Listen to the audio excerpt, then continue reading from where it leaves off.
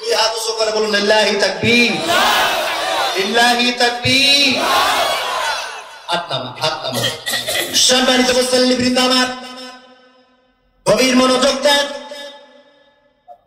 এই কোরআন পড়ার জন্য যখন আপনি কাঠ দিয়ে একটা রেহাল তৈরি করেন, কাঠ দিয়ে যখন একটা রেহাল আপনি তৈরি করেন, এই রেহালটা যখন আপনি কাঠ দিয়ে তৈরি করেন, বেশি দাম নাই না, হয়তো বা 50 টাকা নেবে না 100 টাকা নেবে।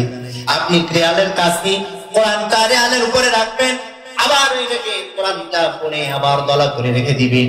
এই সংস্পর্শে আসার কারণে কাঠ যদি আপনার হাত থেকে পড়ে যায়, এই কাঠ যদি হাত থেকে ফিসতে পড়ে যায়, পাও যদি লাগে, হাত যদি আপনার যদি অপমান হয়, আপনি সঙ্গে সঙ্গে কাঠটা বুকের সঙ্গে লাগায়া চুমু খান আর পাজা করে ধরেন, ওগো মালিক আমি বুঝতে পারি না এই রেহাল কাঠটা পড়ে গিয়েছে।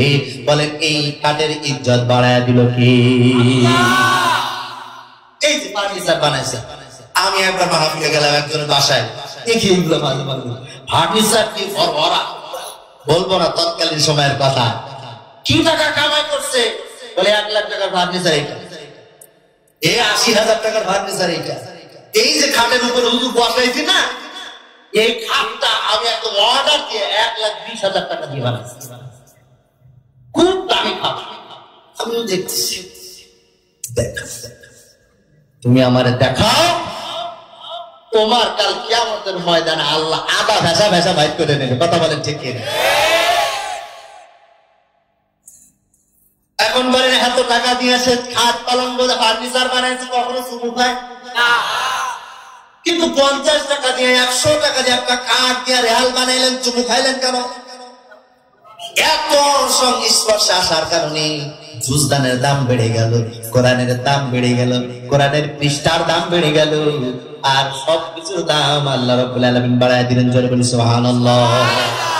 এখন আসুন বিশ্ব নবী, আখিরি জামানার নবী, তার উপরে কোরআন অবতীর্ণ হয়েছে। মোট 104খানা কিতাব নাযিল হয়েছে। বলেন কয়খানা? 104খানা কিতাব নাযিল হয়েছে। 104খানা কিতাবের ভিতরে সব থেকে কয়খানা বড় কিতাব? বলেন কয়খানা? এখন আপনি 4খানার ভিতর থেকে এবার বলুন সব থেকে বড় কোনটা? কথা বলে না, বলেন কোনটা? কোরআন হলো সব থেকে বড়। তাহলে 100খানার ভিতরে 4খানা বড়, 4খানার ভিতরে সব থেকে বড় কিতাব হলো কোরআন।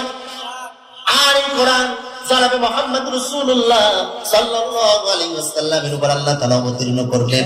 আল্লাহ তাআলা নাযিল করে দিলেন, তাবারাকাল্লাযী নাযালাল ফুরকানা আলা আবদিহি লিয়াকুনা লিল আলামিন নাযীরা। বলে সুবহানাল্লাহ। এই কোরআন অবতীর্ণ করে দিলেন আল্লাহ রাব্বুল আলামিন। এই কোরআন শেষ নবী, আখিরি জামানার নবীর উপরে যখন অবতীর্ণ করলেন, নাযিল করে দিলেন, আল্লাহ রাসূলের মর্যাদা তো বাড়ায় দিল, আল্লাহ রাব্বুল আলামিন তো ইজ্জত সম্মান বাড়ায় দিল। বলে আমার নবী হলো সকল নবী কুলের নবী, শ্রেষ্ঠ নবী। জোরে বলি সুবহানাল্লাহ। এই কোরআন অবতীর্ণ হলো ইন্না আনসালনাহু ফি লাইলাতিল কদর, কদরের রাতে এই কোরআন অবতীর্ণ হলো। আর এই কোরআন অবতীর্ণ কদরের রাতে হওয়ার কারণে 1000 মাসের চাইতো এই রাতের মর্যাদা বাড়িয়ে দিলেন কে? নবীর মর্যাদা বাড়লো, রাতের মর্যাদা বাড়লো, আপনার কাপড়ের মর্যাদা বাড়লো, কাঠের মর্যাদা বাড়লো। বাল হুয়া কুরআনুম মাজিদ ফি লাওহিন মাহফুজ। সুবহানাল্লাহ। এই কোরআন পাহাড় অবতীর্ণ হলো, গুহার ভিতর অবতীর্ণ হলো, সেই জায়গার মর্যাদা আল্লাহ রাব্বুল আলামিন বাড়িয়ে দিল। এবার আসুন, শাহরু রমাদানাল্লাযী উনজিলা ফীহিল কুরআন। এই কোরআন মানে রমজান মাসে অবতীর্ণ করেছেন। রমজান মাসের দাম আল্লাহ রাব্বুল আলামিন বাড়ায় দিল। সামনে সে রমজান মাস আসতেছে, রোজা রাখবেন তো আপনারা?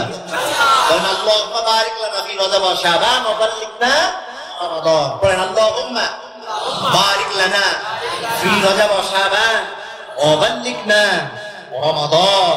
আল্লাহ কবুল করুন, বলে আমিন। সম্মানিত মুসল্লিবৃন্দ আমার,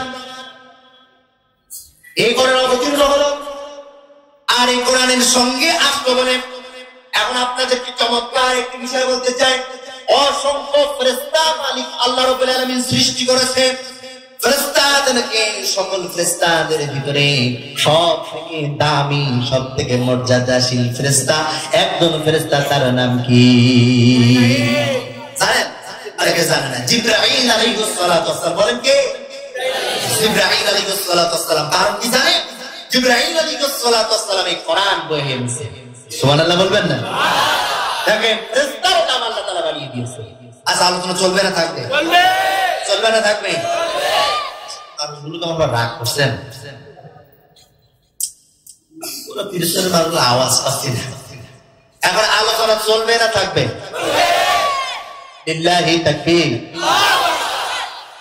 সম্মানিত মুসল্লিগণ আমার, তাহলে আমি আপনাদেরকে ফার্স্ট যে কথাটি বুঝিয়েছি সে কথাটি হলো এই কোরআন যার কাছে আসে মর্যাদা বাড়িয়ে দেয়।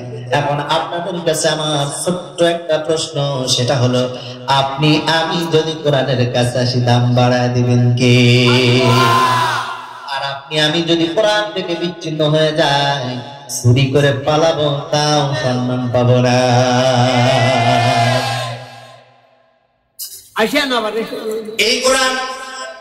এই কোরআনের সঙ্গে থাকলে তোমার মর্যাদা বাড়বে, আর এই কোরআনের সঙ্গে যদি তোমার সম্পর্ক যদি না থাকে তাহলে কেমন হবে? আল্লাহ রাব্বুল আলামিন তাব্বাত ইয়াদা আবি লাহাব ওয়া তাব মা আগনা আনহু মালুহু ওয়া মা কাসাব। সাহাবের ভিতরে আল্লাহ রাব্বুল আলামিন জানেন দিলেন এই কোরআনের সঙ্গে সম্পর্ক না থাকার কারণে আবু লাহাব ধ্বংস, আবু লাহাব লানত, আবু লাহাব জাহান্নামী, আবু জেহেল জাহান্নামী। এইভাবে কাফের মুশরিকদের কথা বলেছে। কেন বলেছে? তাদের কারণ হলো কোরআনের সঙ্গে তাদের কোনো সম্পর্ক ছিল না। কোরআনের মানুষগুলোরে তারা ভালোবাসতো না, কোরআনের মানুষগুলোরে তারা মূল্যায়ন করতো না, কোরআনের মানুষগুলোরে তারা ভালোবাসতো না, কোরআনকেও ভালোবাসতো না। এই কথাগুলো হওয়ার কারণে, তাদের ভিতরে খাসিলাত গুলো থাকার কারণে মালিক তাদের কাফের ঘোষণা করে দিল, তারা হলো চিরস্থায়ী জাহান্নামী। আর আজকে যদি আমরা কোরআনের সঙ্গে সম্পর্ক রাখি, কোরআন সঙ্গে যদি আমরা কোরআনের সাথে রাখি, তবে আমাদের মর্যাদা আল্লাহ বাড়িয়ে দিবে। আর কোরআন থেকে যদি আমরা বেয়াদবি করি, আমরা যদি নাফরমানি করি, আমাদেরকে চুরি করে বেশ্যা তসলিমা নাসরিনের মতো পালায় অপমানের সাথে পালায় যেতে হবে। চিল্লা বলেন ঠিক না?